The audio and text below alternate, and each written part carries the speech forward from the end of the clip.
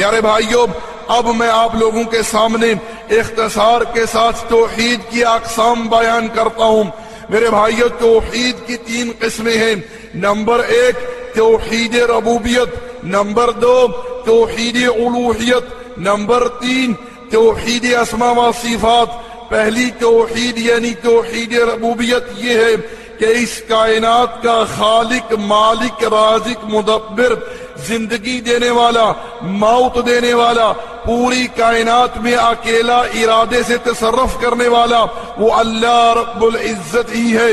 اسی طرح توحید الوہیت یہ ہے کہ ہماری عبادات کی تمام اقسام فقط اللہ رب العزت ہی کے لیے خاص ہوں، چاہے وہ عبادت بدنی ہو، چاہے وہ عبادت مالی ہو، چاہے وہ عبادت زبانی ہو، یعنی ہماری جتنی بھی عبادات ہیں وہ خالصاً فقط اللہ رب العزت ہی کے لیے خاص ہوں۔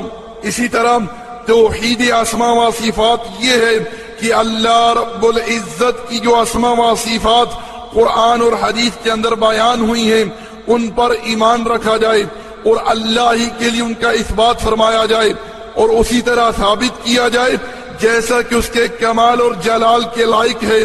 اس میں نہ تو کسی صفت میں کسی سے تشبیہ ہو، نہ کسی صفت کی کیفیت کا بیان ہو، نہ کسی صفت میں لفظی یا معنوی تحریف ہو، اور نہ ہی کسی صفت کا انکار اور تعطیل ہو۔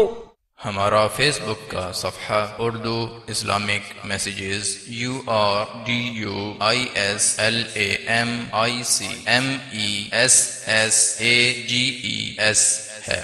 ہمارا واٹس ایپ کا نمبر 0097333190627 ہے۔